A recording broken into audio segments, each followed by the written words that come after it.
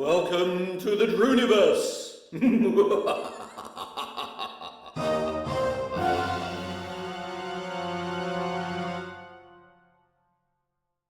And welcome one and welcome all to what remains, at least for the time being, the officially unofficial Elite Dangerous Twitch stream. Welcome one and welcome all. You are very welcome here. It's Wednesday evening and we are here. Maybe we'll actually play the game this week.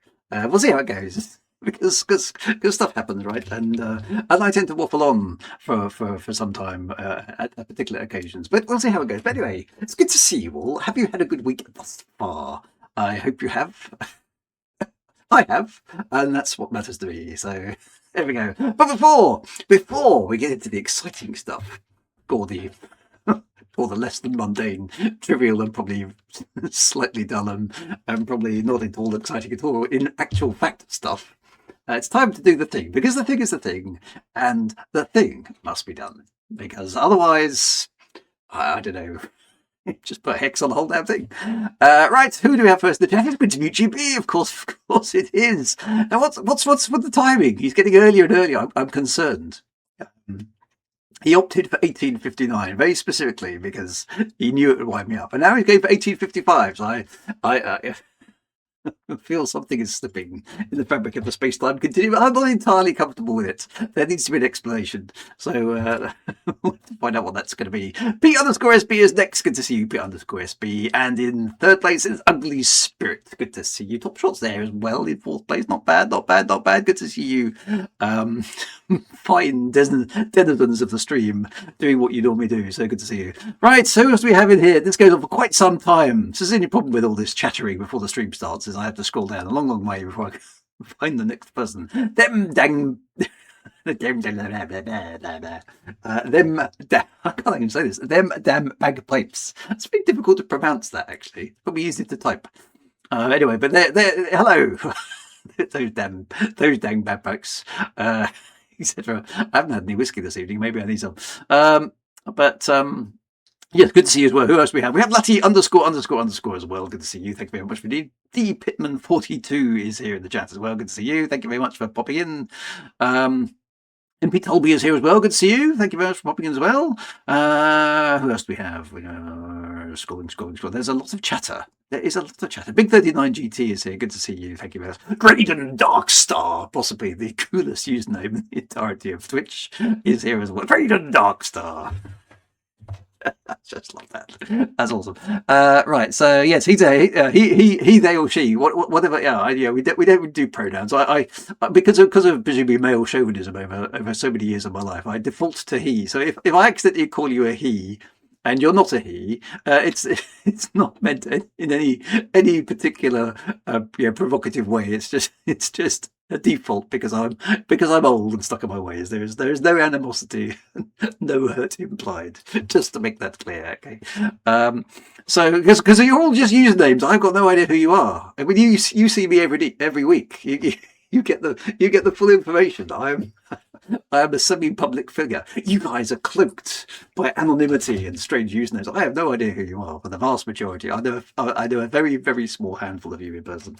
But I don't know. So so hence that extremely long explanation for something that's probably fairly straightforwardly obvious to most of you, but no offence meant. Right, where have I got to? Have a Boo Boo is here as well. 4 thumbs up, 1 for every syllable of his username, or her username, or their username, etc. Disclaimer applies. Protomaniacs is here, which is an excellent name. Does sound like some sort of extreme weapon. I like that. Deploy the Protomaniacs! It's like, what's that thing in Galaxy Quest? There's the bomb thing that goes back in time for 13 seconds at the end. There's something 5 or 17 or something. It's exactly the sort of thing that needs to be in a script like deploy the Protomaniacs 25. That'll solve the problem. It's an excellent username. I like it. Hopefully everyone is unoffended by my light-hearted teasing of their usernames. The Harkonnens are here as well. Good to see them. They are always, as ever, planning the invasion of Arrakis. There's a lot of planning has gone into this invasion. There's no execution, as far as we can tell, has gone into this invasion. But there's been plenty of planning, which is good to see. Haunted Loaf is here as well. That possessed yeast extract kind of thing going on there. We don't really know why he's a haunted bread product, but one of these days we're going to find out. Commander Silas Scratcher Resi is here as well. That's a long username. Good for that one. Commander Bird is here as well, complaining not the bagpipes. Well, bagpipes are just an occupational hazard around here. That's where we live. Luna's here. Hello, Luna. Just peeking around the corner. Come on, come into the room. You're very, very welcome. It's good to see you. Who else do we have? Frank Miner 2949 is here as well. The worst bagpipes are the bagpipes that play in your head. Yeah, the ones that won't shut up. They're quite bad because once you've heard them, they sort of take up rent, don't they? So that's bad. Alexander Corbin is here as well. Very, very excited with a very, very large woo.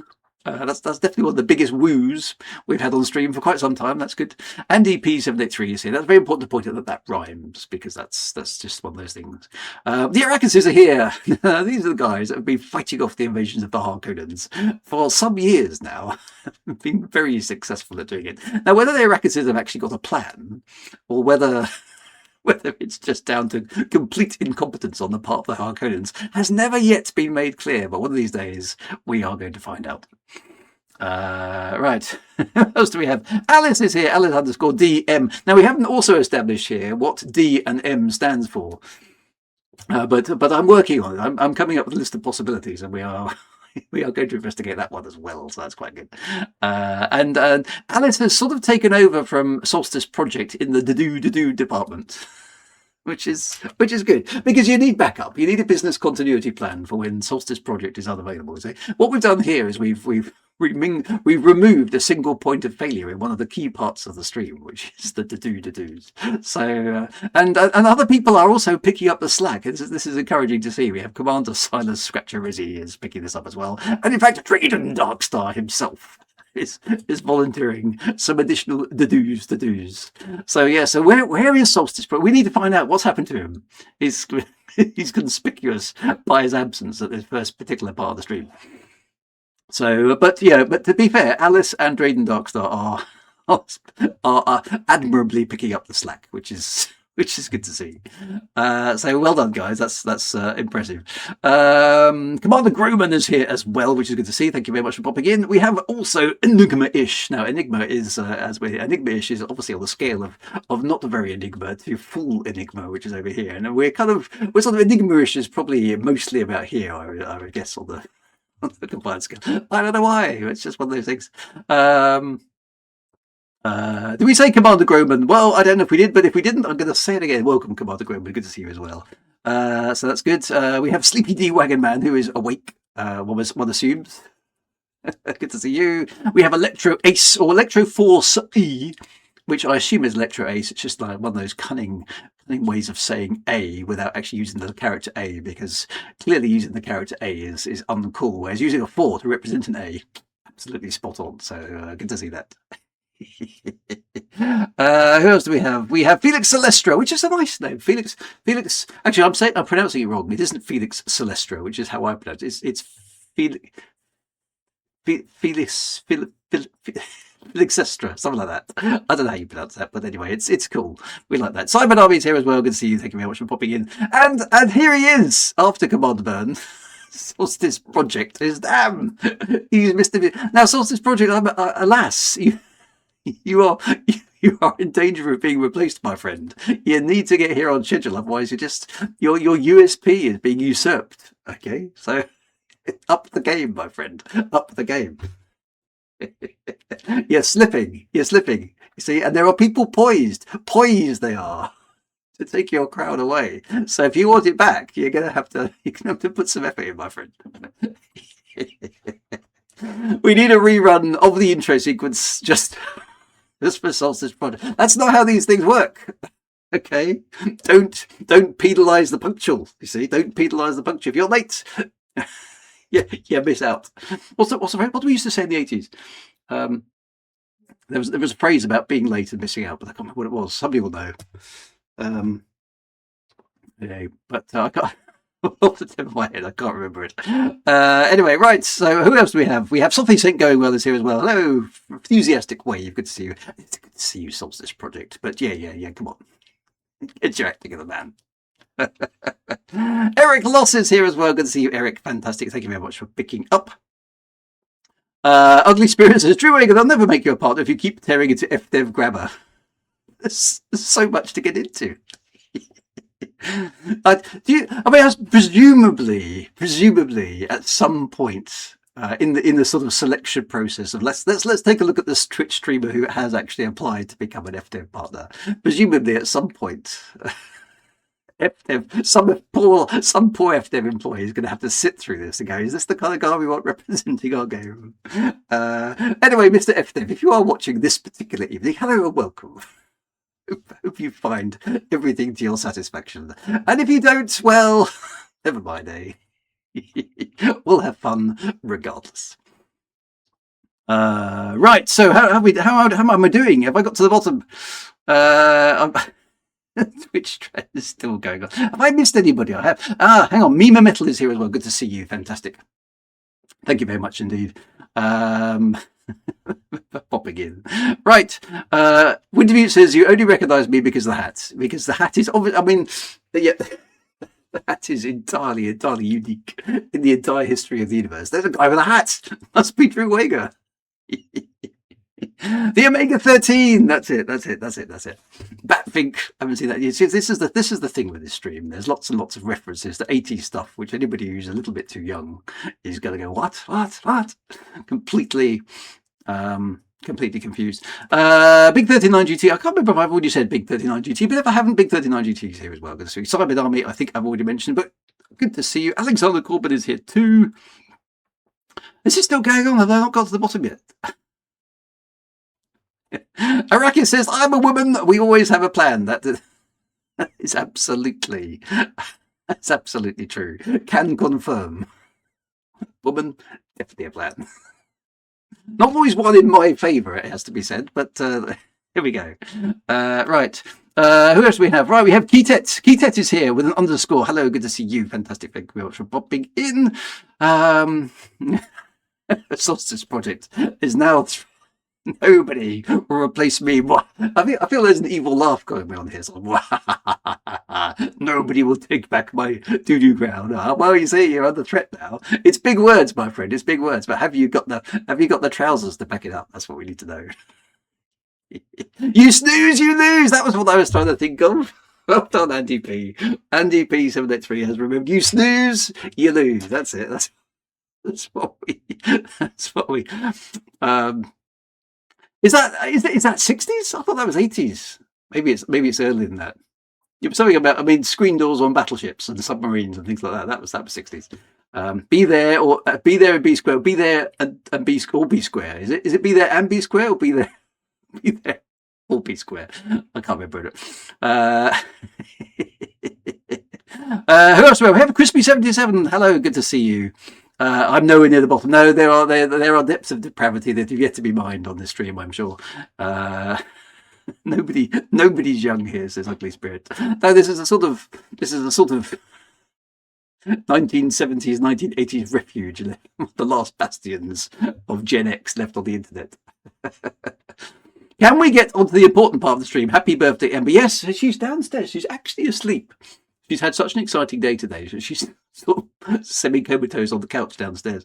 Man vs. Pixels is here as well. Good to see you. Fantastic. And I think, finally, I've got to the bottom of the stream, which is excellent.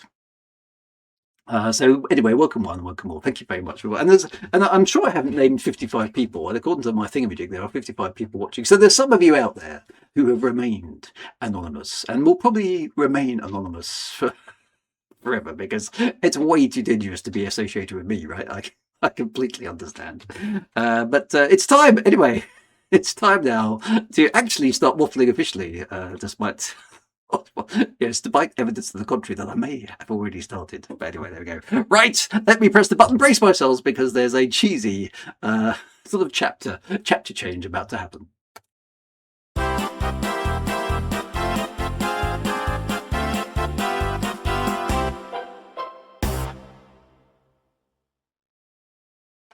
So yes, so first waffle Actually, this evening is young Ember's birthday. My lovely little Ember dog, who has appeared on stream occasionally, sometimes to cause chaos and mayhem, and sometimes just because she needs a cuddle.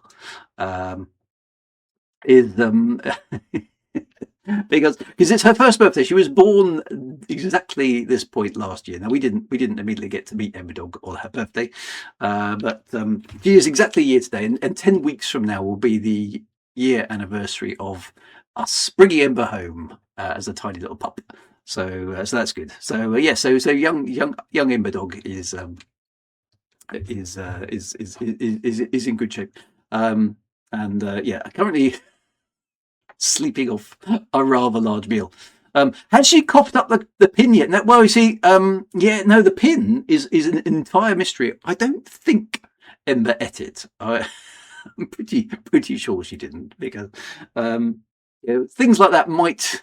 Whether I could bring myself to ever use such a hat pin again, knowing it had gone through the digestive system of a dog, I'm not sure. But it never appeared in any.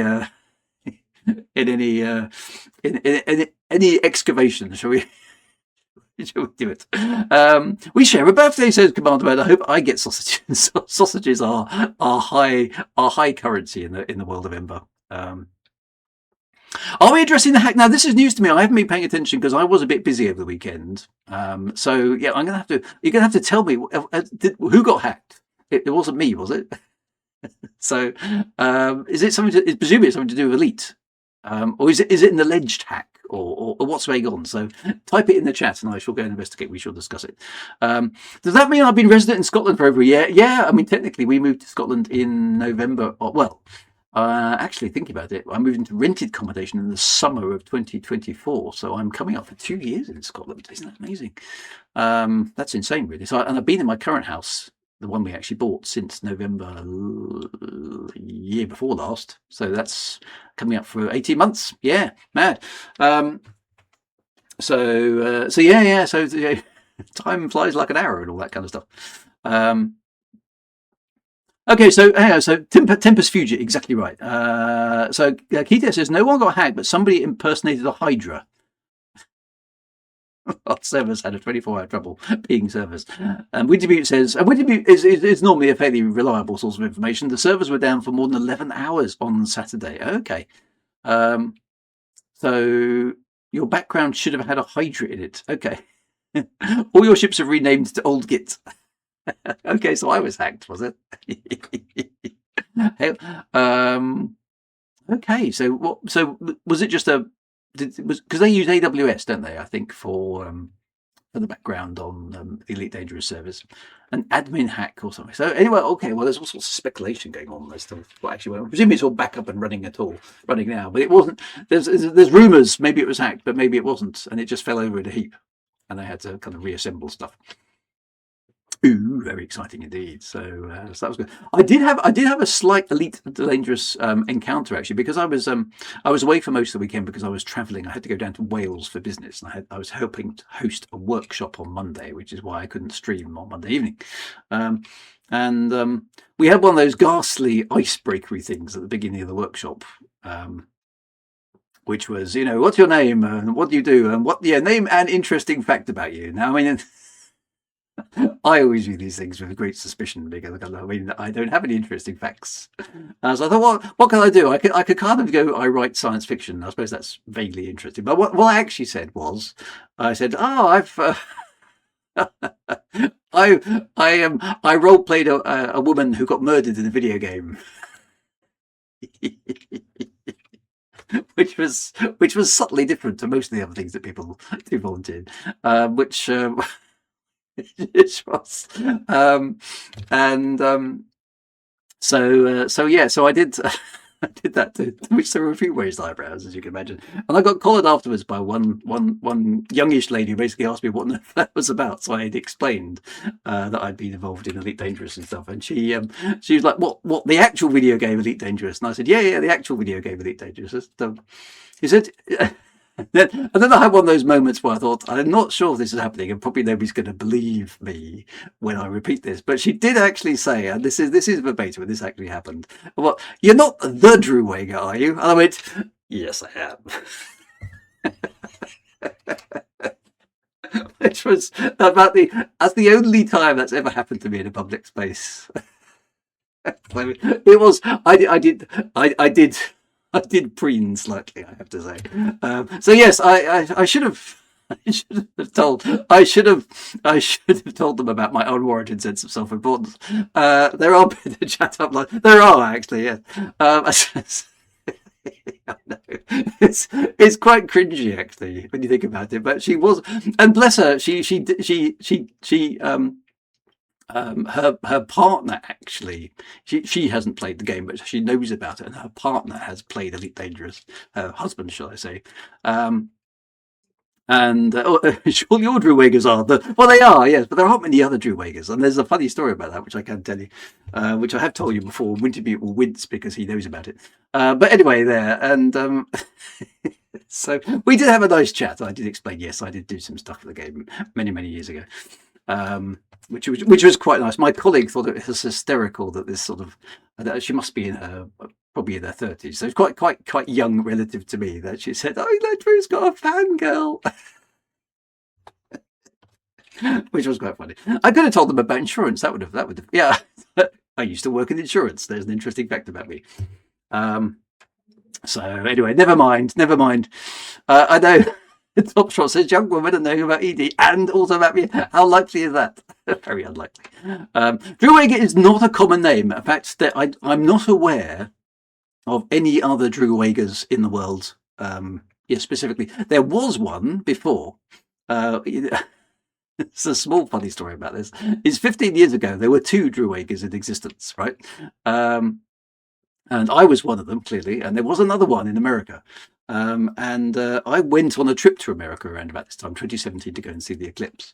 And unfortunately for my erstwhile carbon copy, who I never met, never knew, and I don't know anything about, Drew Wager, the other one, was murdered while I was out in America. And a couple of my colleagues, when I came back, went, "Oh, thank God, you're not actually dead then."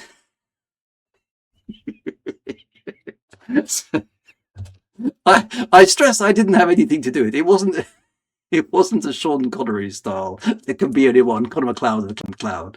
But yeah, so the other Drew Wager did suffer an untimely death, murdered for reasons I never actually fully understood. But yeah, that's my story, and I'm sticking to it. So as far as I know, I'm now unique, mostly unique on the planet. I haven't come across another Drew Wager. Yes, we only have your word for this. Yes, behind this smiley exterior lurks the heart of a massive serial killer. Although my serial killing days are now over because I am the last one standing. There can be only one. It's me. I have destroyed all competition. I am the supreme Drew Wager on the entire planet. But anyway, so yeah, so that was quite funny. That is literally the only time that's ever happened to me, and that happened on Monday. So it was quite nice actually, because I mean I've been to elite conventions or even science fiction conventions and been recognised. Oh yeah, you. Elite conventions is kind of usually slightly kind of, oh, it's him, rather than, oh, it's him. But you take what you can for these things. But no, to be actually recognised in public was a bit weird, to be fair. So there we go. And yes, so the thing on Saturday, I don't know if it's being live streamed or recorded. I will ask. I'm giving a talk to the PicoCon Science Fiction Convention, which actually does have quite a few quite serious names who've been previous kind of alumni, I suppose is possibly the right word. Speaks there, including people like Terry Pratchett and Ian M. Banks. So it's like I'll stick myself on that list. That's quite good. And they invited me to come speak. So they rather stupidly, obviously, but and everybody else is dead. Yeah, that's right. So this is how it works. So at the problem, maybe this is it works like the Sith, right? Is like you basically have to assassinate all the previous people on the list. So in about 10 years' time, whoever is speaking at PicoCon, that's PicoCon 2036, is going to be my nemesis. And they're going to hunt me down and destroy me, and take my life force and my hat and stuff. So yeah, so so unfortunately, quite a lot of the previous speakers are in fact now dead. I can only assume they were alive at the time and were invited to speak. But maybe it's maybe it's the universe saying, "Right, you got to get this done, Drew, because it's not going to be it's going to be time to check out before too long." So it's all about hats. I shall take my hat down, but I don't. I must admit, I don't know if it's being filmed. I don't know if it's being recorded. I'll try and find out. If you are in London and fancy and fancy popping along, you can. I think you have to buy a ticket in advance. And presumably the ticket gives you to the whole convention all day. So I don't know what, but so feel free. If anybody does turn up and does know me, that'll be quite funny as well. Will your hats be signing autographs? I'm sure it could be persuaded. I'll have a word with it. We'll see how it goes. Ah dear, but just take the life force and I think I should be buried with my hat. What do you think? Yeah, and years, 1,000 years from now, Drew's skeleton will be exhumed, and the hat will still be there, and somebody will pick it up, and there'll be like Jumanji drums sort of playing in the background as somebody new takes the hat, places it on their head, and is possessed for another eternity. Something like that. Yeah, well, actually, with me, that's a very, very good idea. I checked how long they survived. I'll go and plot that on an Excel spreadsheet. That should give me some useful data, shouldn't it? Is it actually a death sentence? Everybody who's spoken at PicoCon has died within 12 years. So the elite hat pin is still remains a mystery. I'm going to endeavour to solve it at some point. But I did find all my other hat pins though. So I've got backup hat pins, none of which are elite ones, but I've got the variety of hat pins that they used to have will soon be returning. So that sounds quite good. But anyway, let us proceed onwards. Is there any new GalNet this week? I don't know. Sometimes there is, sometimes there isn't. Let's go find out. So I believe there is. We've got a new GalNet article to read. So it's time, my friends. It's time for us to move on from the waffle and consider all things GalNetty. The GalNet grammar gripe. I think that's rather good. I might pitch that. Fantastic. Right. Anyway, brace yourselves because it's time for the GalNet Gazetteer, as it's currently named. But we might indeed see about changing that. First, brace yourselves, my friend. Brace yourselves. Here we go.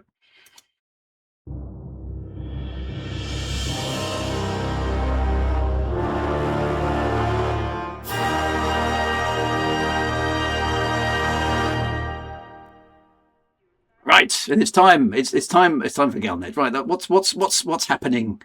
Let me have a look. Let's have a good read. Okay, so last week was all about the new ship, the one that we sort of picked apart rather a lot, and we quite like the way it looked, but it physics wise it was kind of like let's throw physics in the bin. But never mind. Yeah, new ships are new ships. We like new ships.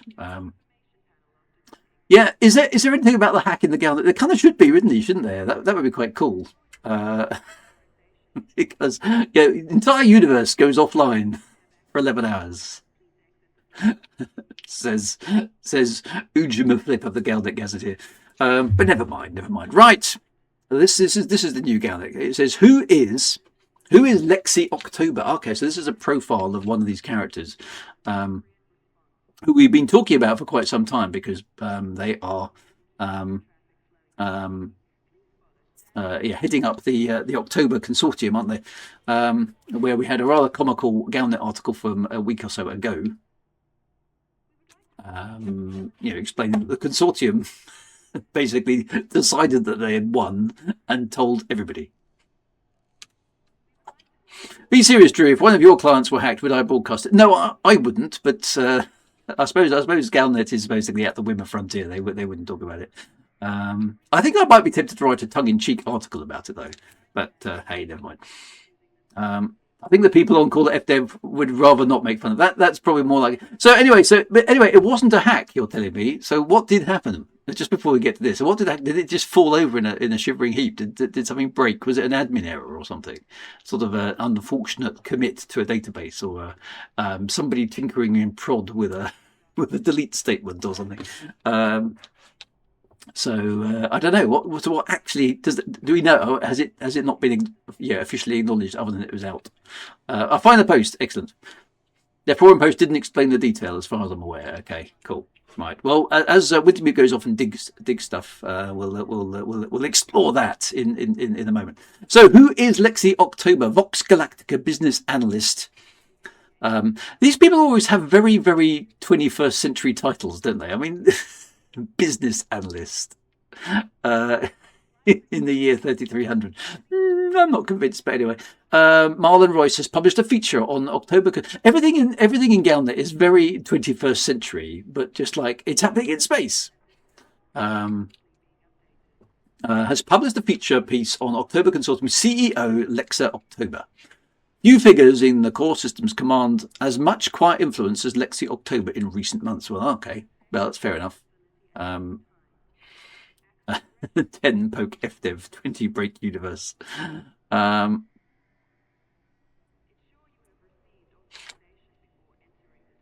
Okay, hang on. So hang on. Before we get into GalNet, then. So Wintermute saying this is forwarded. As I'm sure you're aware, we are having some pretty large server issues at the moment. Whilst the game is still up, I think it's fair to say you probably won't have a great gaming experience if you log in.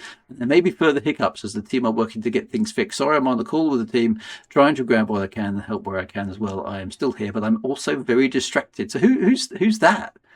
A bit of an update for everyone. There have been a couple of issues that have happened there. We started seeing some turbulence just after 4 a.m. UK time. The team jumped on as soon as the alarms went off.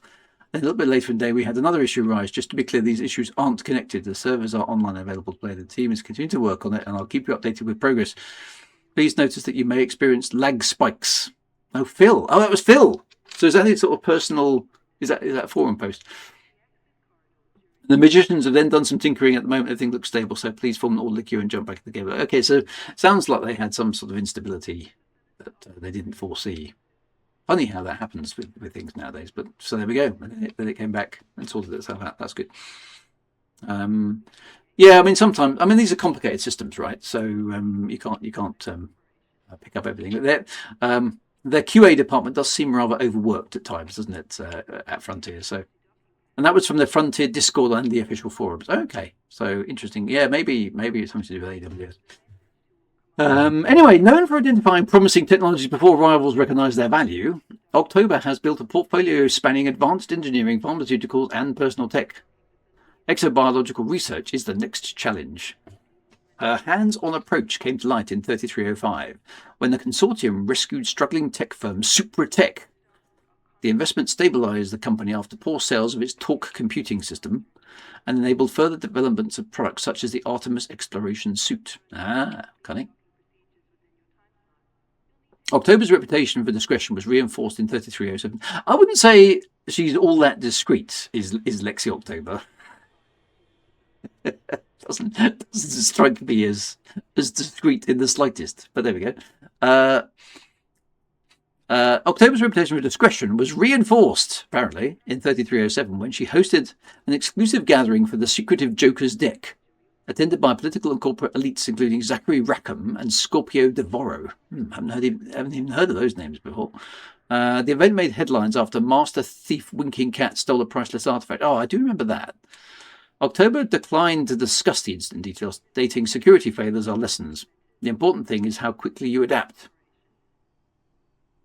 More recently, however, corporate scrutiny has focused on the consortium's long-standing permit control over the HIP 87621 system, where the rare organisation RU, I'm going to call it now, may hold the key to a new range of market-leading pharmaceuticals. They keep banging on this point about this plant is amazingly amazing. and will soon render some new stuff that's going to be very, very exciting, but it actually seems to make any forward progress. October confirmed her position on the recent October Accords, which is basically where the October Consortium basically declared it had won, negotiated everybody else to basically say, we've won, forced everybody else to sign an agreement that basically said, we've won, and then told them to bugger off. And the coalition partnership with several powers, it's only a coalition partnership on paper. It's not in any way, shape, or form a partnership. Okay, it's a dictatorship. So there we go. I'm trying to decide it should be applied nasally, the marketing team. Right, so okay, and the agreement will ensure radical research is accelerated and shared fairly. No, it won't. That's exactly what it won't guarantee. Okay, because it's not going to be shared fairly at all, because the October Consortium is the only one retaining oversight, which is exactly what it says. I'm looking forward to seeing the results of this cooperation. No, you're not. You are going to totally monopolize the results of this cooperation and use it for your own gain. Okay. Never mind. Right. When pressed as to how October managed to negotiate the accords with several powers at once, she simply smiled at me, stating, when you put decades of research on the table, it's a big incentive. That and reminding everyone who manufactures the Artemis suits and who's got a stack load of loaded guns pointed in your direction. Those things tend to seal hearts and minds, don't they? It will be interesting. It'll be interesting to see what the future holds for October. It will. I predict a total monopoly forming. Right, so you guys are still chatting about this thing. So what's going on? Is all Wintermute wants to know is who wrote this. Andy Pipkin's here. Well, hello, Andy Pipkin. Good to see you. So apparently the hacker, and this is inverted quotes, is what you're saying, is he did rename some fleet carriers, put a Thargoid shutdown weapon on his ship. That's what they were chatting about. And so there's various information going on. So something weird happened on Saturday. We don't know exactly what it was. Alien Hunter is here as well. Good to see you. Thank you very much. Without sources, I believe nothing. The trouble is these things get inflated quite quickly in the telling, don't they? So yes, cite your references. Always important. So anyway, so I don't know this story with the Radicoidea unica and Lectio October and the October Consortium is a weird one to keep running with. It's a very slow burn story, and it doesn't really seem to big out. I mean, we had a few CGs out of it, so I don't know what's going on. A bit of a strange thing. Obsidian Ant has a video about this, apparently, this whole hacking or not hacking thing. And didn't the hacker manage to pilot a Hydra? Well, these are all good speculations. So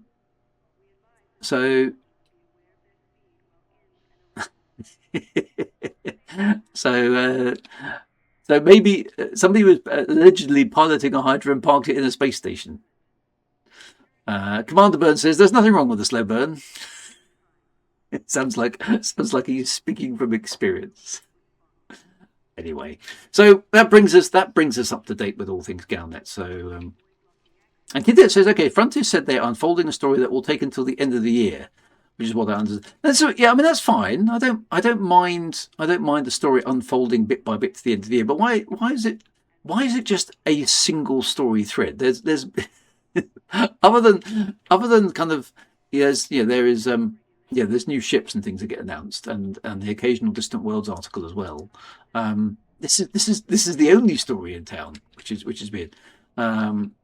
Andy P reckons it's going to be connected to Guardian, Salvation, and Foot Combat, because I suppose they need to go back and link in Salvation at some point, because that kind of stopped and we don't know what happened to them.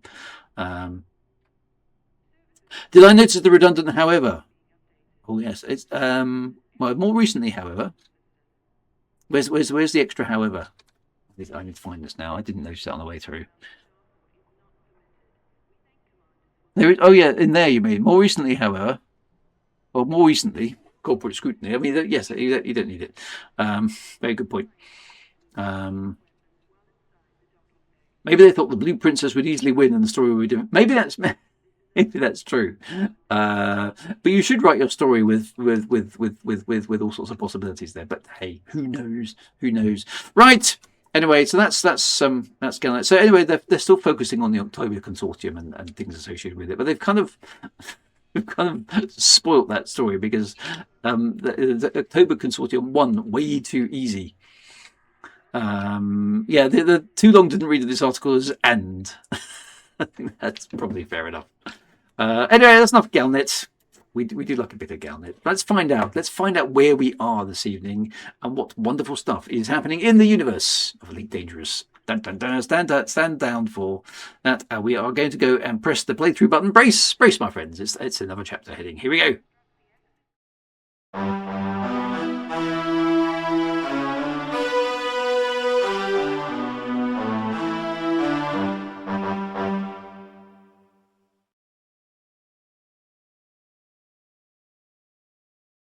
Right, I've got to check my messages in game. Right.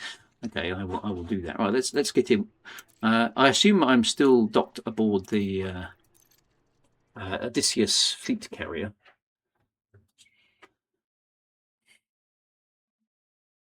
Because there's a new CG. Is it what's the CG, Kazak?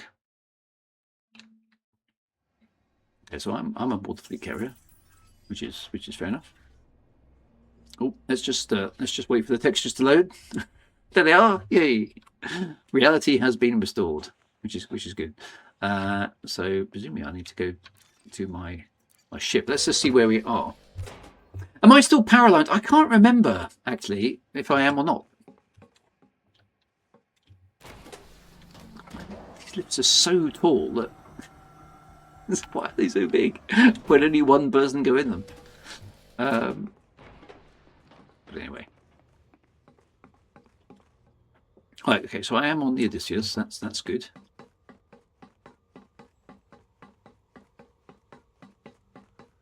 Oh, the CG gives Kestrel paint jobs and an engineered quiz at the top 75%. Ah, okay, cool. A long way to go back for a CG. I'm not doing that at the moment. Right, so I've had a happening to paste it. Let's get that sorted. Protomaniac. Oh. I was about to collect on that Protomaniac, but it seems to have timed out. So feel free to send that again. Where are we today? Let's go for the galaxy map. We are there. We found a new. Okay, so how far? Well, we've moved a fair bit now. Is that where we were last week? So where are we? Where are we compared? Okay, so we're now almost exactly opposite the bubble. We're moving into this arm, aren't we? Into this, because I've never been. I must admit, I've never been to this part of the galaxy at all. So this is quite good. We're not doing the CG from here to know that would be a long stream and not very interesting. Okay, so we appear to be in some sort of nebula again. Yeah, not a very big nebula, but is that? Yeah, it's. I wonder if these little nebulas are procedurally generated or not. They're quite nice, aren't they? That's like a supernova remnant. So presumably this is a white dwarf or something. Let's go up and have a look, because we need to explore, because that's the whole point of Distant Worlds 3, isn't it? We should. I quite like this Distant Worlds 3 trip. It's much more civilized than the previous ones, because basically I just get to hang around on the carrier, pop out whenever I see something pretty outside, and then go back into the carrier and have glue in the bar.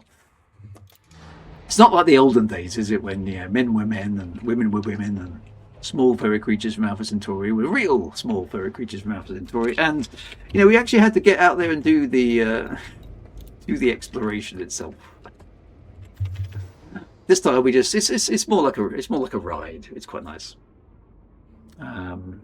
Maybe there's phenomena in this. There could be. Let's go and have a look. Right. Let's go and have a poke around. It's nice and bright. I see some other ships here, which is good. A few people in my instance. Who have I got? I've got Commander Artemis Watt, just leaving the pad. I've got Commander Alice over there. Hello, Commander Alice. I have, that must be Protomaniac since he's in my wing.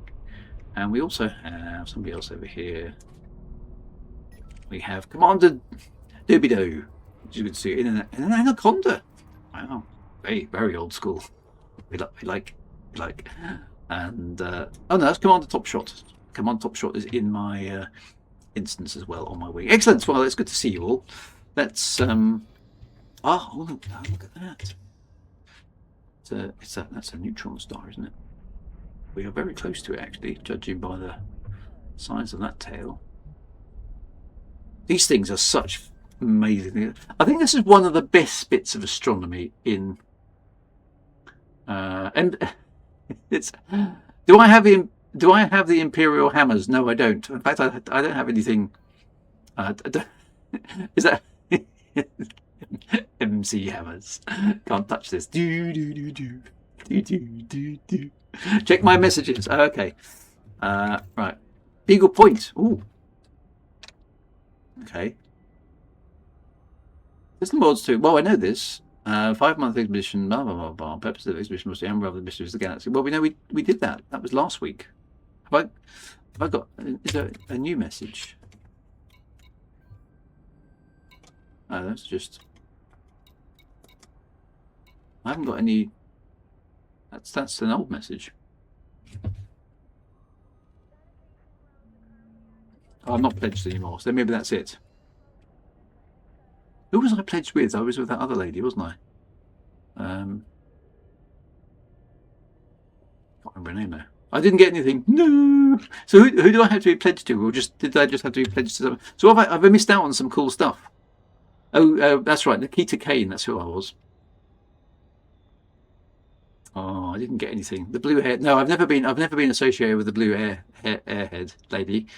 It was Nakato Kane, something like that. In where's Power Play? There it is. Yeah. This lady, where's she? That one.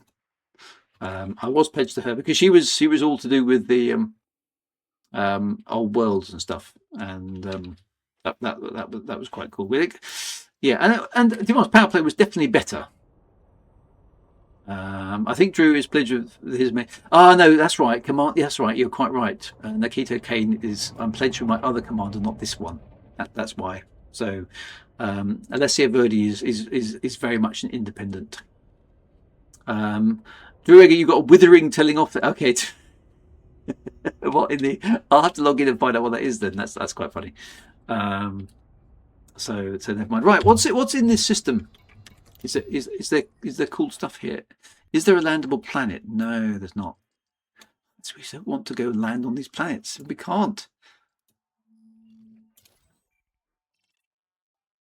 Neutron star. So, okay, we're going to have a look around.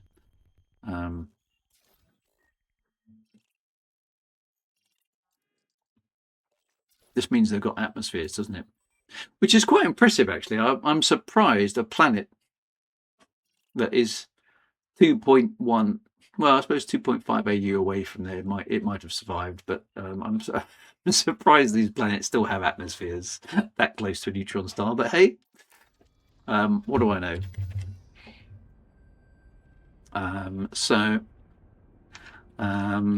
Andy Pipkin, Drew Wager. Remember when I once asked Alessia Verdi whether she was married? Did she fire back? Some neighbour system might have landable, yes. So let's go and have a look around. Let's because it's always nice to see these nebulas from the outside anyway. Let's go and have a look and see what it's about, because we should be doing exploration. So what have we got? Have we got anything interesting around here? We have got what looks to be a G-type star. It is. Let's go there because you never know. There's quite a possibility. You still have a screenshot. Chat, excellent. Let's go there. Still too close to the ship. So let's go to the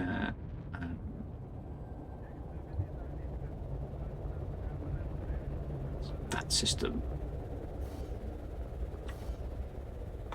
Still messed up. Come on.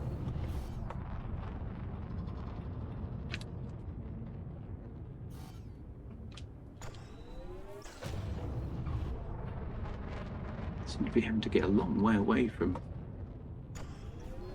There we go. Finally, finally. That carrier has a big gravitational field, doesn't it?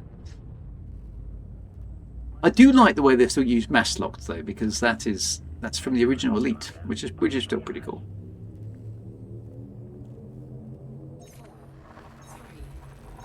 Let's go and have a look around. You see if we can find something interesting to land. We had a very, very cool mountain range last week. I did quite enjoy that time driving up and down there. I'm an Imperial, so like it or not, you're associated. That's very much. Right. What have we got in this system? Is there anything here?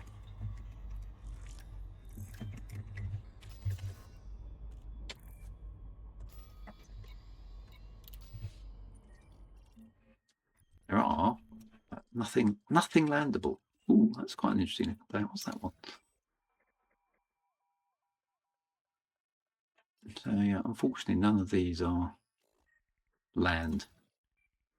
Thanks for bringing up the CG board. I didn't realise I got it as I'm pledged to Kane. Commander Drew should also receive it. I'll have to log on and check that then. That should be quite cool. Okay, so there's nothing we can't go down to any of these, which is a bit of a shame. That one looks quite cool, doesn't it, with the ice caps? When are we going to get more landable planets? That's what we really want. Right, so we're going to have to jump around again. It's such a shame. This reminds me a little bit of a conversation that NASA had about the Viking 1 lander and the Viking 2 lander. It's like we're shipping these amazing space probes out to Mars, right, in the 70s. And we're going to look for the first evidence of life on another planet. All incredibly exciting, right? And unfortunately, because these landers are insanely expensive and obviously relatively fragile, and landing on Mars is a big deal. There's this massive conversation, of course, where we have to make the landers land in the safest, most boring place ever. Oh, it's a water world, is it? It's worth a scan. Let's do that. Which one is it? Let's use the FSS while I'm here. Actually, I'm too close to the star. I don't like doing the FSS close to the star. So let's get away from the star. Oh, look at that. That's pretty, isn't it? That's where we were a moment ago. So we have got a water world. There we go. We're already hooked into it. Yeah, so these amazing space probes, the Viking Lander series, but of course they couldn't. Here's the third planet out. They couldn't go to any of the interesting sites because all the interesting places were too rough for the Viking probes to land on. So they had to go to the most boring parts of the planet where hopefully the Viking would be able to land safely and then report back. Which you can kind of understand. I mean, if you spent billions of dollars or whatever, millions and millions of dollars, you don't want your spacecraft to go, oh, we landed on a rock and we fell off a cliff. Or you sank into a lake bed and disappeared in a great big pile of sand. But alas, they had to choose safe landing places where the lander would hopefully land upright and not perched on the edge of a cliff or anything. So unfortunately, some of the most exciting places on Mars were ruled out by the fact that the Vikings actually had to set down. So, and the same thing sort of happened in Elite Dangerous. All the interesting planets, no, you can't land on those because space reasons. Because we haven't yet written the code that allows you to land on any of the interesting planets. So you're going to just have to put up with the boring ones. So right, what am I doing? I'm going for a planet. Let's do that. System map. So the third one, you reckon, does indeed look like a water world. Let's go and check it out from orbit. Because that is, my friends, the only way to be sure, isn't it?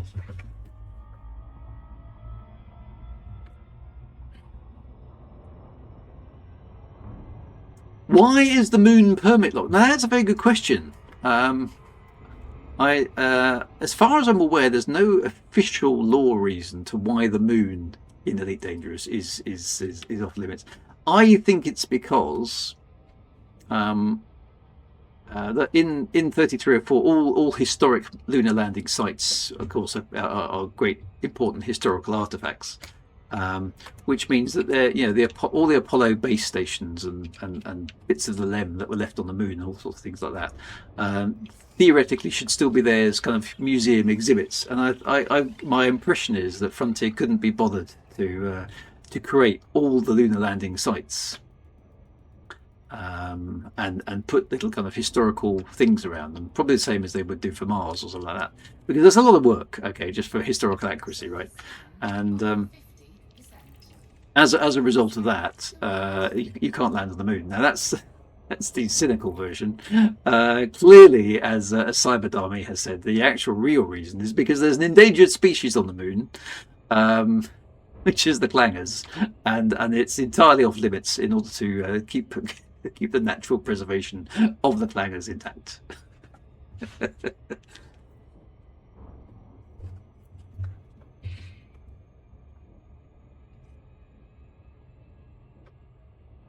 I suppose the other one is, what was that film where the moon landings were faked? Yeah, kind of live on TV. There was a film about it, and maybe that's the reason, because basically if they allow Capricorn 1, that's it.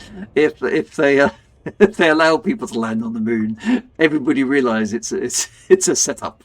Okay, so even in the 33rd century, with massive space travel to the furthest part of the galaxy, no, the moon landings were still faked.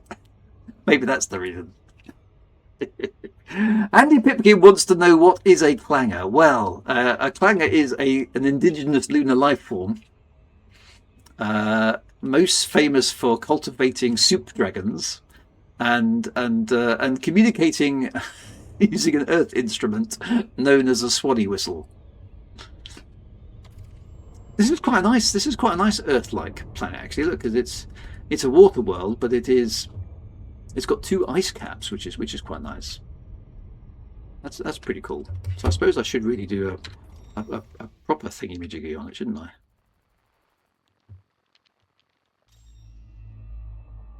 And I don't want to do that again. I've forgotten how to do this. I need to do the thingamajig scanner. That's it.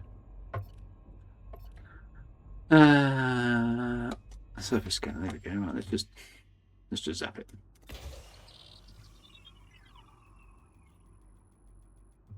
Someone around the back. One there.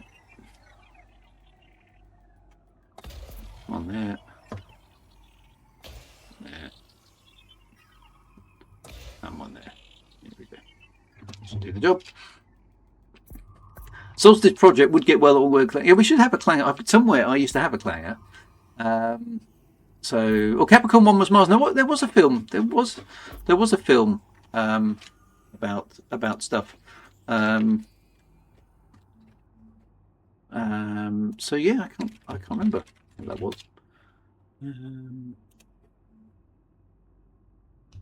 So yes, that's a bit strange. First time chat from Graphic. Hey Drew, mostly a lurker here, but I just tried to check your website and it looks like it's broke. Has my website been hacked as well? Darn! I need to go and fix that. Thank you for pointing that out, Graph Dark. I will go and investigate what's happened. So that's quite good. So it wasn't Capricorn 1. It was something else, was it? That's a bit weird. It was definitely filmed something like it was it Capricorn? I can't remember now. It's Google says clanger is a clanger. Yeah, let me show you what a clanger is, because or the clangers. Okay, these are the clangers. There we go. Right, where's the thing? Images, videos, docs. So these fellas, these are the clangers. Okay, that's what a clanger looks like. All right, so I've lost my PHP apparently. Yes, I don't know quite why. My website should be up and running as per normal, but something's clearly gone wrong. So I shall go and investigate that. But that's what a clanger looks like. Okay, these are the indigenous moon creatures, and they like soup. and they like super dragon. And in the soup on the moon, there lives a super dragon. Now, these guys communicate with swanny whistles, so that's how they communicate. And they live on the moon, which is why we've decided that that the moon is off limits in the Elite Dangerous, because it's protecting these guys from exploitation by the Federation. Interestingly enough, these guys were also made famous because I once went to visit Patrick Moore's house before he passed away many years ago now, and on his mantelpiece there was a framed plaque from NASA, basically saying, "Mr. Moore, thank you very much for all your hard work on all things spacey and moony." And next to the plaque was one of those fellas, a clanger. Which was just right, I think. So yeah, so Patrick Moore himself was a big fan of clangers. Right, we still haven't found a planet to land on, so let's try going somewhere else. There's a blue one there. What do we think of that one? What's that? It's a blue-white star. I quite like blue-white stars. Let's go and visit a blue-white star.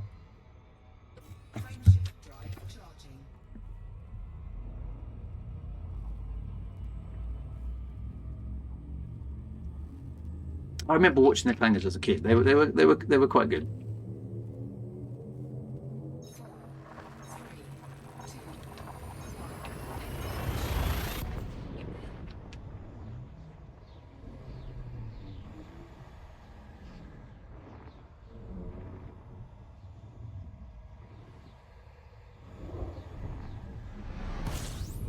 Right, here we are. Is there anything good to look at? Come on, give us a planet. Oh, see look, it's a double star. All very exciting, but there is nothing here. Unless we do, let's just do a honk just in case. Oh, that's the wrong button.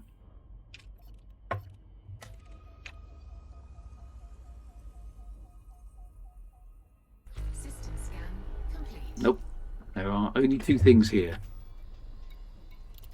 Our quest for something to do continues.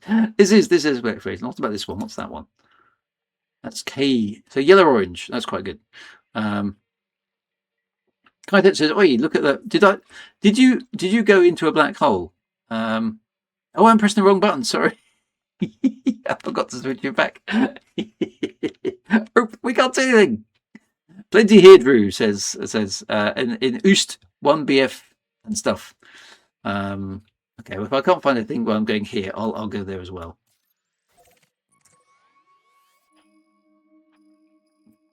D11 4. See, I was hoping I might actually see that on the screen, but I can't. Okay. I'm going to go there. Yeah, so we were slept down the black hole. BUA AWST. No, I can't even type. BUA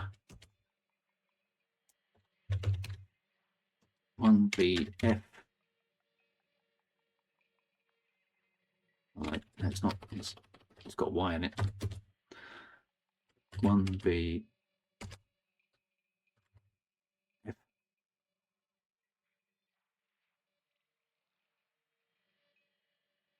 D11 4A. Doesn't work. Oh. That's a T. You put a T. Is it a T? I can't.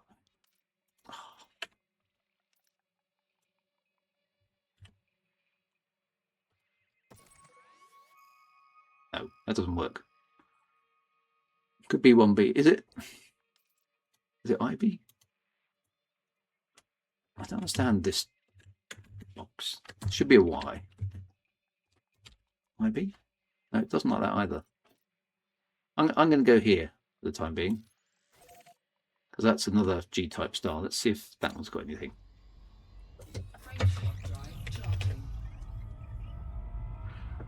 We're looking for some planets to explore.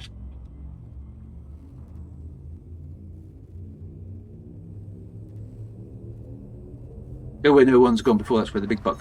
Yeah, so it's, yeah, who's not really in space? It's all fake. No, come on, where's your suspension of disbelief? You can copy in chat and paste it. You can. Yes, I should have done that. Let's have a look here, because G-type, sometimes, you know, you get lucky with G-type styles. And sometimes you don't. That is how luck works, of course. Scan complete. I'm getting unlucky today because that's just it's a G-type star with no planets, which is right. Okay, there we go. We got this one. Right, let me copy and paste it then.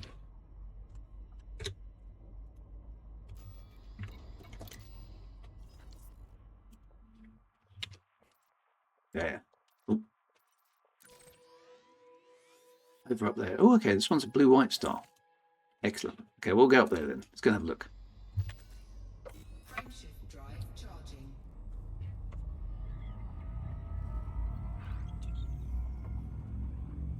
This is most of my experience in Elite Dangerous, to be honest, when I go exploring, is yay, you found a new star, there's no planets. You found a new star, there's loads of planets, you can't land on any of them.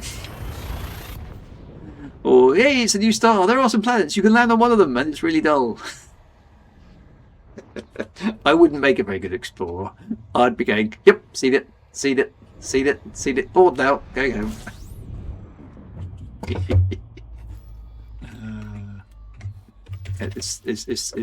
I like the idea of being an explorer and finding new stuff, but I haven't got the patience for it. That's my problem. Right, so what have we got? What have we got here? We got loads. We have indeed got loads of planets, and we can land on some of them. This is even better. We can't land on any of these. So all the interesting ones at the top here. No, we're not allowed to land on those. But these ones down here, these rocky worlds, are quite good. Now this one looks promising. Okay, because it's it's quite close to a gas giant. I quite like it when they're close to gas giants. These ones look even better. This one's got interesting colour, so we're going to go there and go have a look. So let's engage. It's miles away, but we've got a super cruise drive, so let's go and investigate.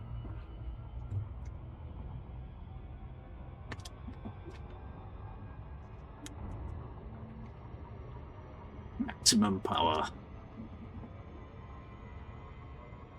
God, even at super cruise speeds, it's a long way. How fast can we get the ship to go? We're going to max out, aren't we? Here we go. Look, almost maxed out. In fact, we have maxed out.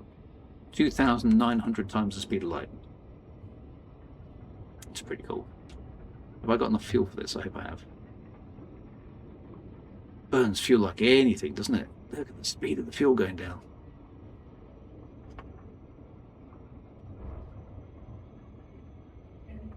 That is a long way out, this this place. Hope it's worth it.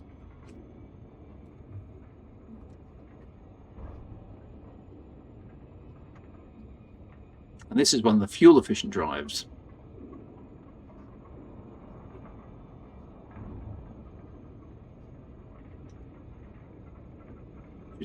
It still wanders off.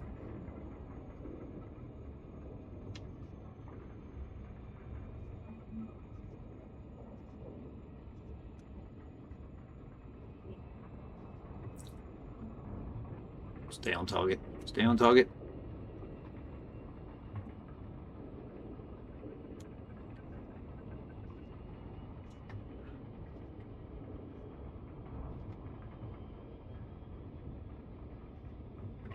Coming in hot. 4,200 with the Mandalay. That's quite impressive, really, isn't it? All right, when do I cut out of Super Cruise, do you reckon? Now. Nope, that was too early. Too late. That's one hell of a deceleration, isn't it? 2,900 times the speed of light down to hardly anything at all in a very short order.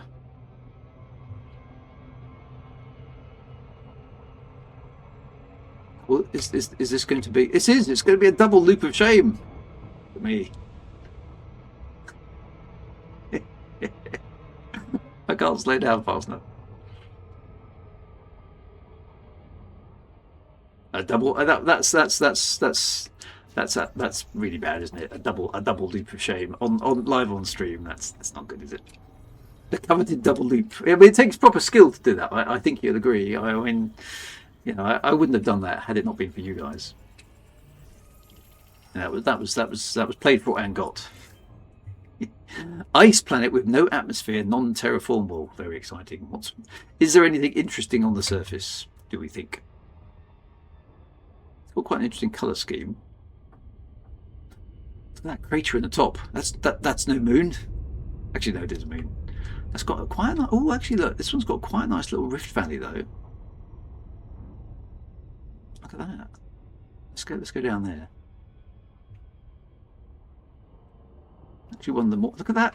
That crater there. That does look very Death Star-y, doesn't it? Let's go into this rift valley here. What does it look like at the ground level? Oh, was there something worth scanning? By the way. Has it got anything? I've gone a bit too close to it now, haven't I? Well, let's just eyeball it on the surface. By 50%. Oh. Surface scan complete. Doesn't look like there is anything down there, actually. Canyon racing. Well, it's not a very deep canyon, is it? But this is going to be a short glide. Yeah, it's quite a cool looking canyon. But quite a wide looking canyon. This looks very metallic. It's not a very deep canyon.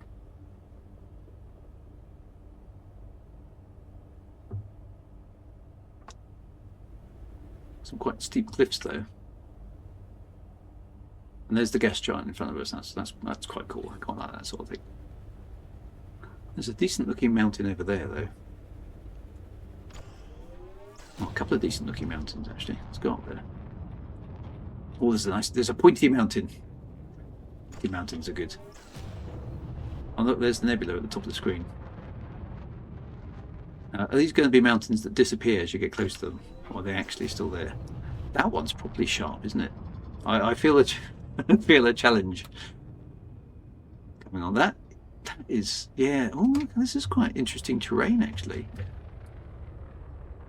Now, do you think that's climbable in an SRV? Is it flat enough down there to land? Is the first thing. We've got that is quite a nice mountain actually. Let's see if we can get down the bottom here. That's the first challenge in the ship is can I actually land? It's not a good place to land, is it? Don't think I can land here. Not on a ship this big. It's not going to work. We need to find a spot where we can actually land.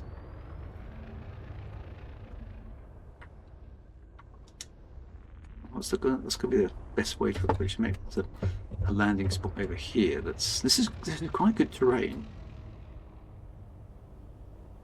I need to be able to get this ship down somewhere near the hill.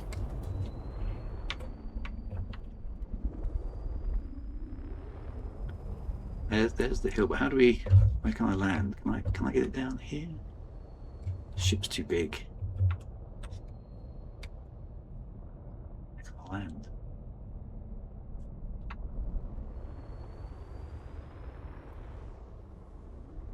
It's not a good place for landing, is it? It's going to be a long drive to get back up to the top. That's the only problem. And I've only got like about 20 minutes to do it. There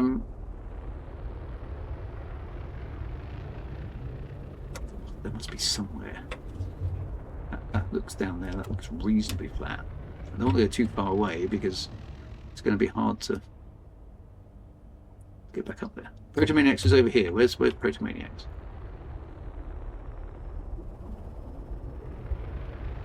Ah, Protomaniacs has found somewhere to land. Okay, cool. Let's see if I can sit down over there.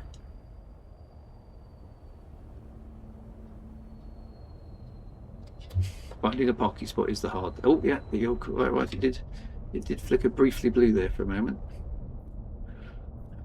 Hang on, I'm just trying to think how far away is the hill that we want to climb. It's quite a long way off there. Is that the one we were going to climb over there? I think it is, isn't it? It's miles away. That's the only problem.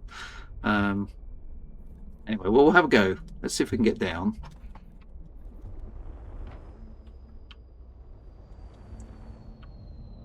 I think we're going to drive the mountain that we want to drive.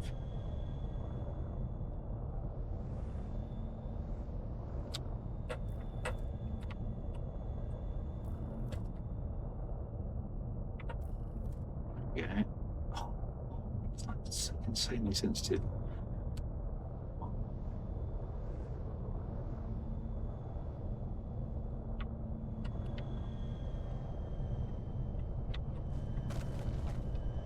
Oh, I just scraped the undercarriage there. I'll find it now.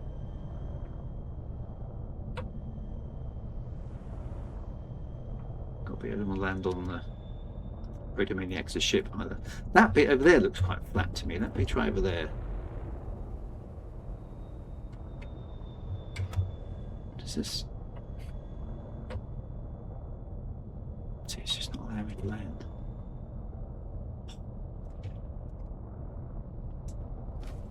Maybe the other side, yeah, okay. Yeah, I can't get down. I can't. That was a good suggestion, Protomaniacs, but I can't get down. Let's go back over here. Maybe it's flatter at the bottom. That's what we want to have a go at climbing. Need something down there, but I don't think we're going to manage that, are we? That doesn't look like it can land anywhere in that lot.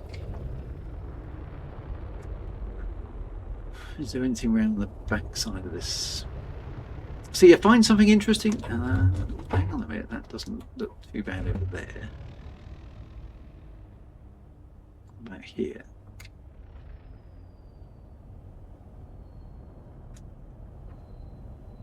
Oh, it's flickering. It's flickering.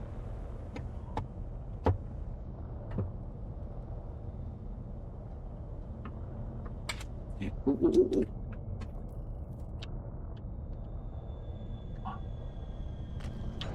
Yes, we're down.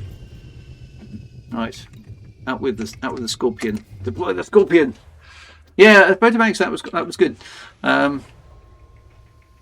Right, we're gonna have to move fast now.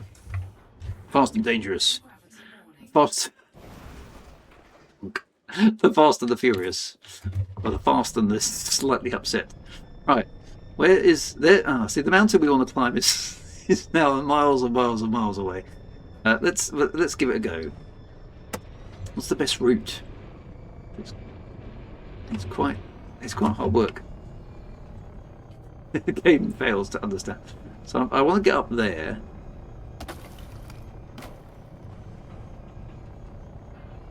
It's quite dark. So the problem with this game is it's such a long way, isn't it? Even we're driving. And this is not easy terrain already. From what I remember, I want to go back this way a little bit. It is doable.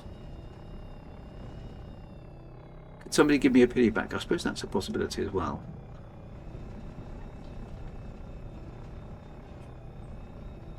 I'm pretty sure that is the correct spike. Heading in the right direction. My ship will presumably disappear in a minute because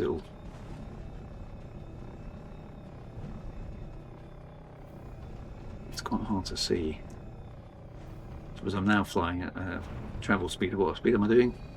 11 meters per second. Yeah, that's 1 point. So Commander Protomaniac is up near the peak, I'm assuming. That's like a kilometre away. It's not too far, but this isn't good terrain. I don't want to go too fast because I don't want to damage this SRV too much. But we are making progress now. Okay, so which way am I going to go? Am I going to go straight up this peak? I think I am, because that looks like the cleanest way to get up. Let's do this. Maximum power.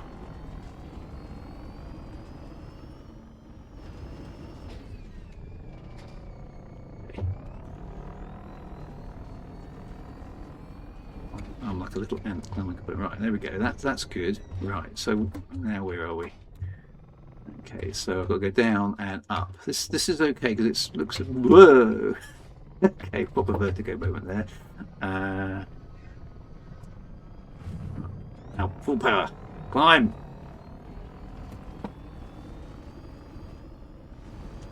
Not too fast because otherwise we're going to lose control. But okay. So that's good. Right, I'm now. I've got to be careful now because I'm now climbing along the ridge. This is probably not the safest way to do this, but it's working. Maniacs is on top of the world, looking down on creation, and it's the only explanation I can find. The love that we found ever since you've been around just keeps me at the top of the world.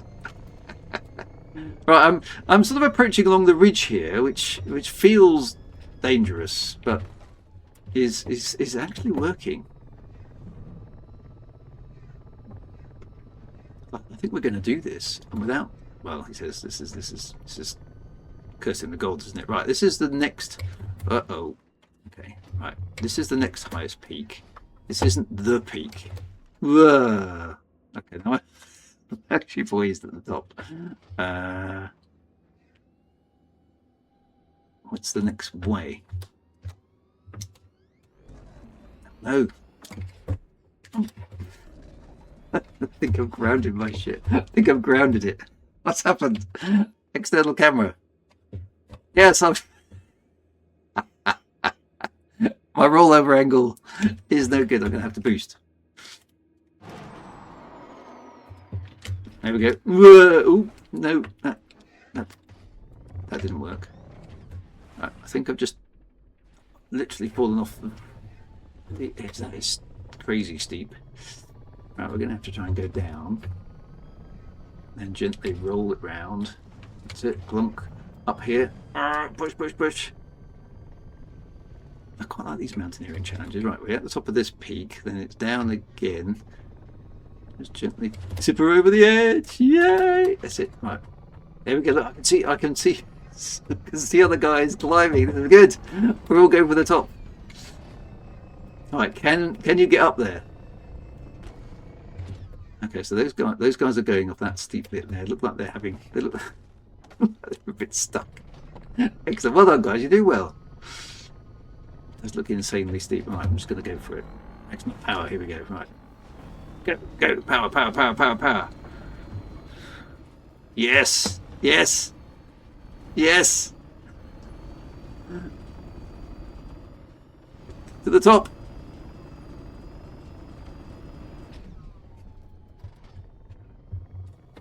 Am I at the peak? I think I am. I think I've done it. Yeah. Power. Yes. Handbrake on. Oh, that's not the handbrake. That's the turret. That's the handbrake. Am I there?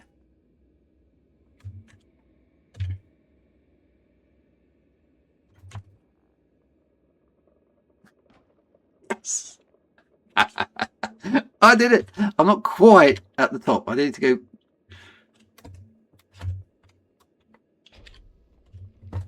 Need to go forward a bit. Come on, grip. That's it. Come on, you can do it. Got a bit of wheel spin. Come on. Up. Come on. No. Good, just fell off. Try to get to the top. Brakes are on. Right. Handbrake is off.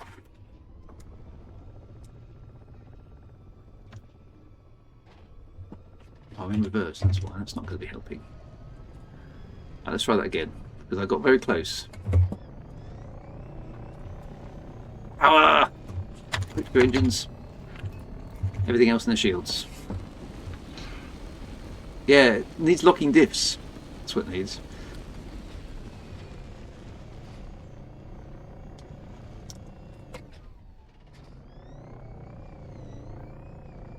There we go, that's definitely it. Handbrake on. Yes! I'm there! I'm at the top. Free camera. There we go. Yeah. Does that count as the top? I think that counts as the top.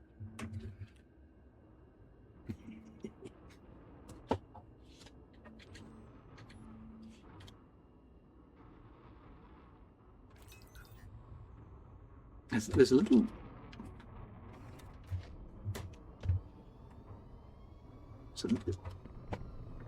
It evens out just the tiniest bit.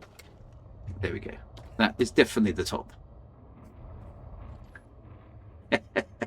Excellent. Oh, and someone's come to visit me. Who's that? Free camera. There we go. Yay! Definitely, that's definitely the top. Whee! How do I get round the side of this? There's a way. No, it's not that one. How do I...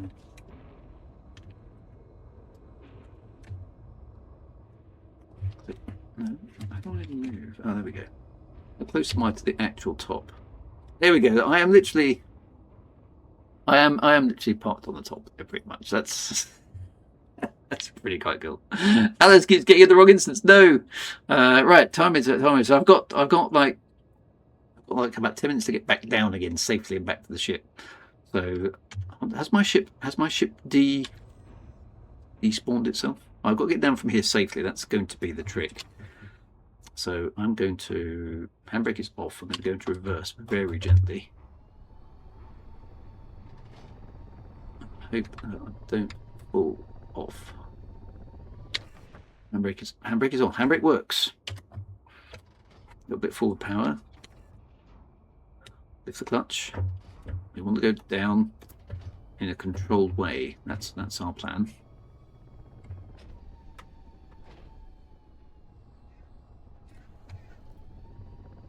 Okay, I'm going to go straight down the side here. See if I can keep it under control. Look at this. Control is good. We have control.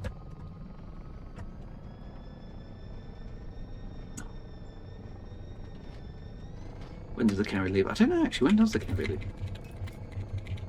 If I call the ship, it might land on the other side. That's very true actually. Let's get off this mountain. So the Scorpion is very, very good at climbing mountains. I have to say it is very good at doing things like that.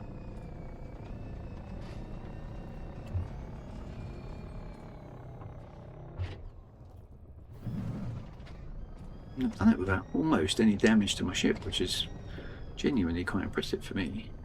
Let's go this way. But like you say, I think it was there was some more flat terrain over this way. And it's definitely easier to drive this side. Well, it was. Ooh! Some nice fireworks going on over there. Popshot didn't make it in his SRV, but he managed to walk to the top. I should have jumped out, shouldn't I? I keep forgetting to do that. But no, my luck, I'd fall off. Right, so... Whee! Those fireworks do look good, don't they?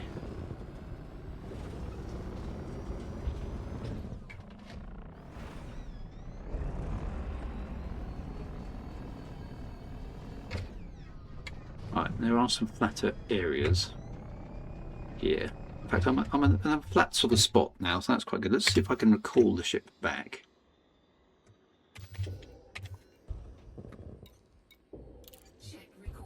Let's see where it actually ends up.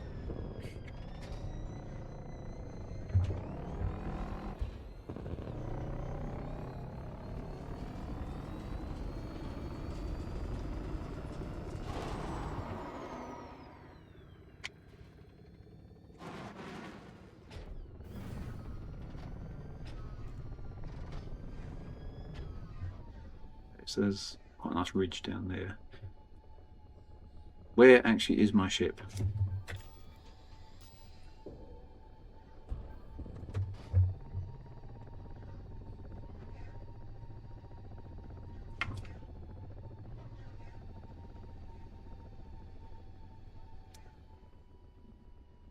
Has my ship even returned?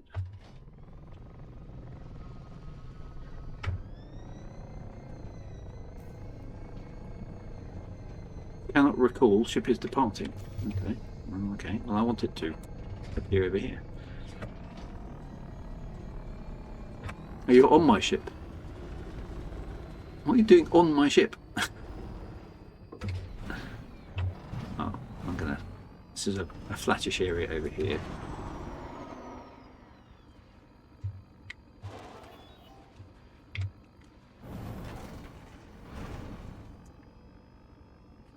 Flatter anyway. It's not a great place for a ship to land.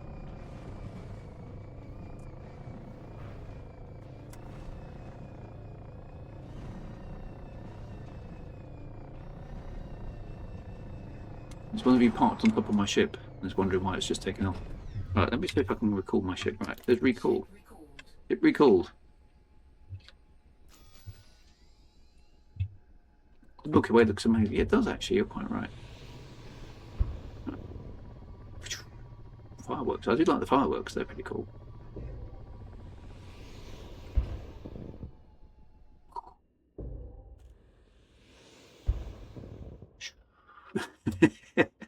I've been just enjoying the fireworks show.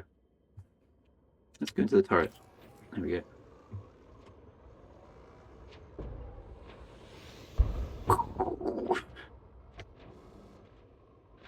Oh look, there's my ship.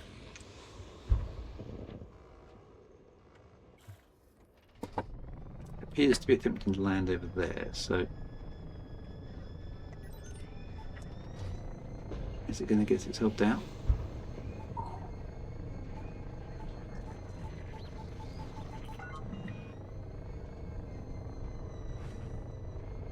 Commander Artemis.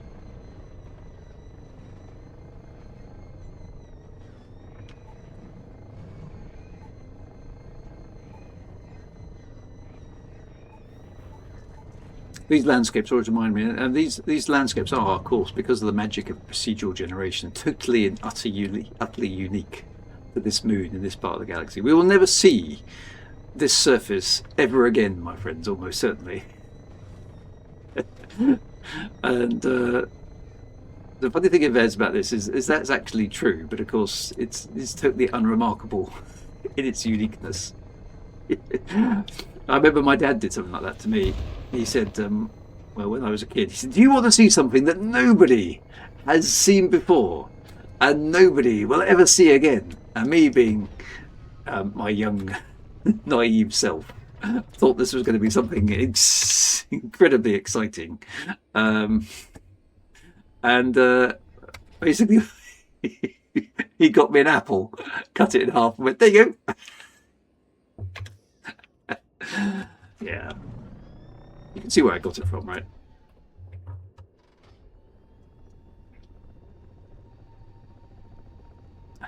Yeah. Oh, an apple. Yeah, pretty much. Yeah. Right, I've got to get into the shadow of this thing here to try and get my SRV back on board, which is not the easiest thing to do. Board. Yes, we are. It is. I mean, it's the Solstice project goes. That's so fucking deep. It is. Actually. When you think about it, it's true, isn't it? It is. One thing I'll say about my dad is he could mislead with the best, but he never actually lied. Would you like to see something that nobody has ever seen before and nobody will ever see again? He wasn't wrong, was he? He wasn't wrong.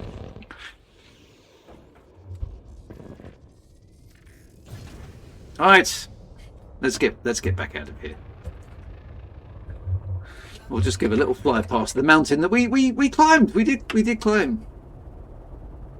Where is it? There it is. There. Look at that. See, I was up there a moment ago. That peak. Look at that. Very cool indeed. So, well, I mean, that was a reasonably interesting.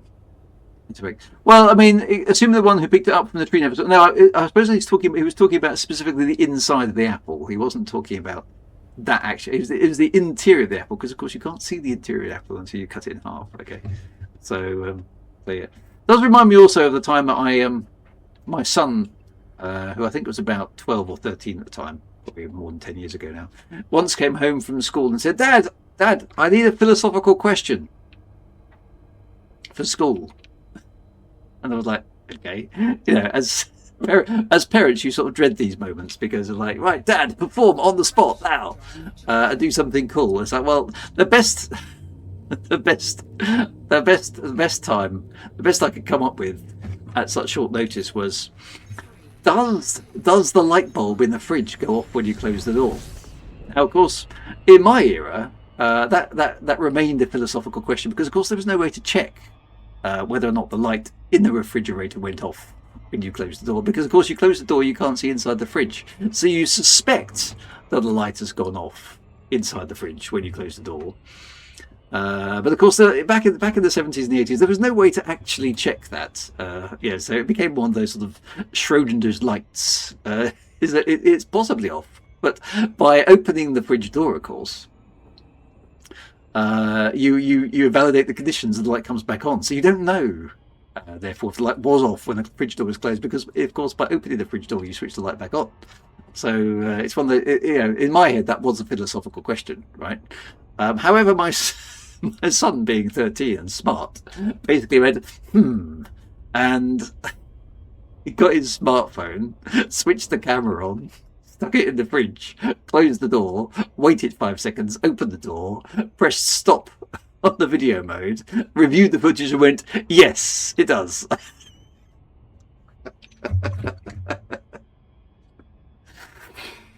And so that I was unable to provide him with a suitable philosophical question as a result of that, and I've obviously been a major disappointment to him ever since. So yeah, some questions have been answered, my friends. There is, philosophy is richer and less ambiguous than it was when I was a lad, because key questions about the nature of the universe have in fact been answered.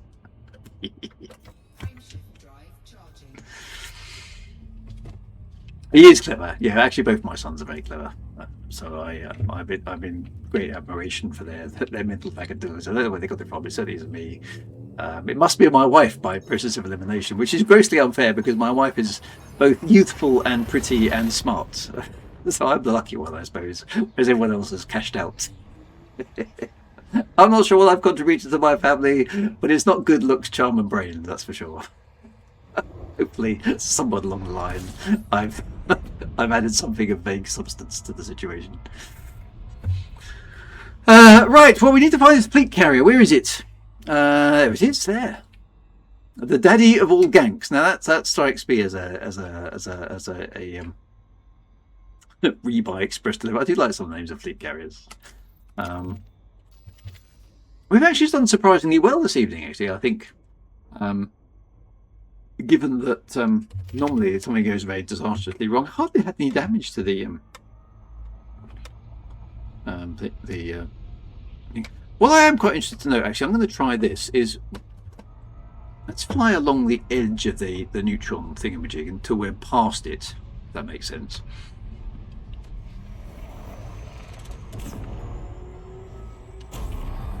There we go.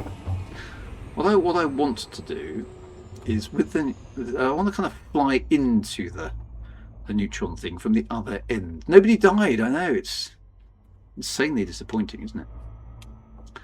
I want to kind of where does the actual neutron influence start? I'm going to sort of try and line up with it like that. Now we're now at the end of the funnel, aren't we? It's only 3 light seconds long. Let's see what happens as I try and fly into the neutron star from this direction. I can see the sort of spinniness. I'm lined edge on with it now. What happens if we fly into it from this end? I've tried this before. Okay, we're in it. I can't keep it on target. Stay on target. I can't. It's now. Okay, now it's supercharged. But it can't. Does it? Okay, if I hang around in here, does it? Will it continue to damage my? Oh, it's chucked me out of the cone. Oh, I can't stay on target. That's impossible. Warning, frameshift drive operating beyond safety Okay, but what beyond what safety limits? Can I bust something by doing this? Warning, frameshift drive operating beyond safety limits. It just sort of chucks you around after a while. It's like surfing, this is. Oh, some modules may take a hit. Might be. I'm still moving forward, I am, aren't I?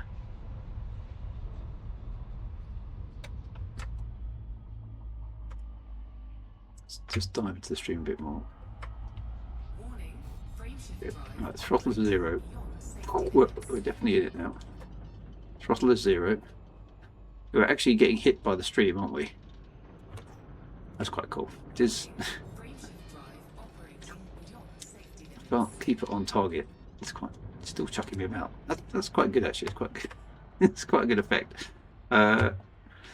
This would be a very, very unsafe thing to be doing in real life. Whatever elite dangerous shields are made of, they're pretty tough, aren't they, in certain circumstances? Because this, you would have thought, would be like way more intense than any conceivable human weapon could possibly be. I mean, this thing should really be one-shotting me, shouldn't it? And yet here I can sit in the beam of insane radiation from a neutron star, and my shields are absolutely fine. They're completely taking it. Whereas, you know, I get attacked by a little dinky spaceship with some laser beams, and no, my shields are dead. It seems like I can sit there with it's warning me, but it's no actual damage happens, which is cool. Yeah, it's plot armor, of course, is what it is.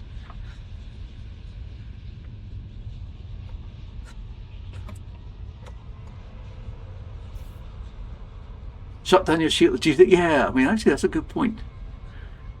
Has anyone tried that? Going into a neutron star with your shields off. Is my FSD getting battered? Is it?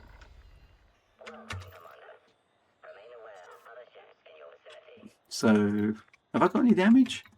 I've got 1% damage after doing that. I think the Caspian is immune from neutron damage. Okay, so that's a good point. Yeah, most explorers, you're quite right. Most explorers do run without shields. I only have shields because I'm crap at landing.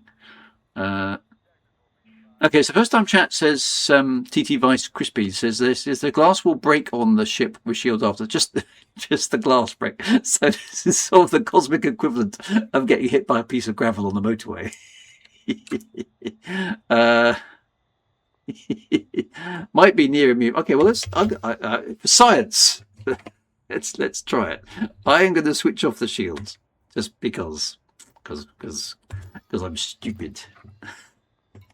Shield generator offline.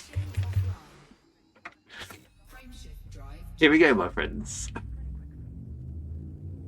For science.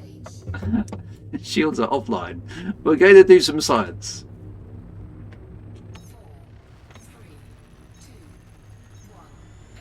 Cyberdami says, I have dipped into a neutron stream with my dad at 0 health. Seems a sharp thing to do to your dad. Hey, Dad! Come across here. I'm going to chuck you into a neutron stream. Oh, okay, son. If you must. Seems pretty harsh, Cyberdami. I won't report you, because each to their own. If that's what's normal for your family, then that's all good. Alright, I'm approaching the cone. Here we go. Let's see what happens to my ship with no shields. Here we go. Boom! We're definitely getting hit. Where's the actual neutron star? I'll turn around and see it. We are immune. So whatever the hull of the ship is made of, it's obviously unobtainium. I can't turn around. I've got no control of the ship at all.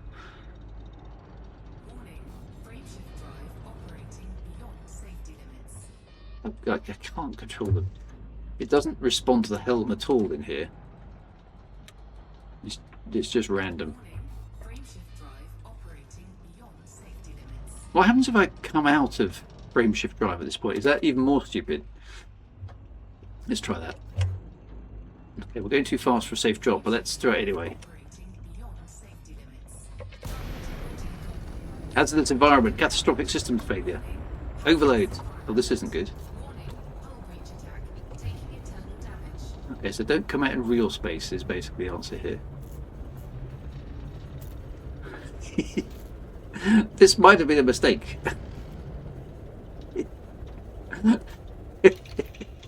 Oh no! There is actually something bad happening. Okay, this is good.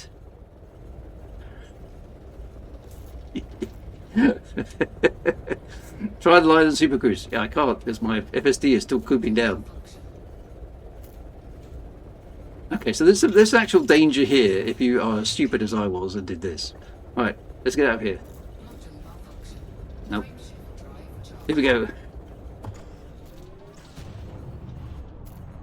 Is it charging? Oh, canopy breach now. This isn't good. Oh no. Pressure alert. Eject. Oh no!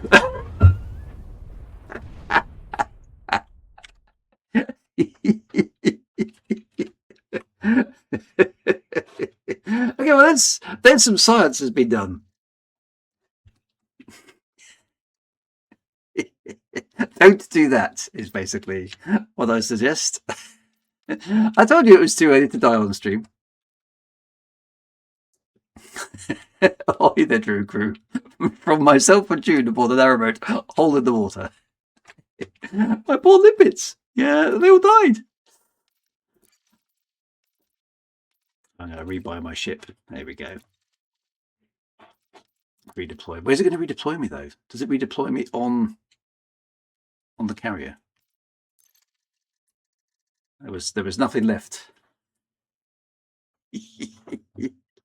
It's all right. I'm just going to reincarnate myself.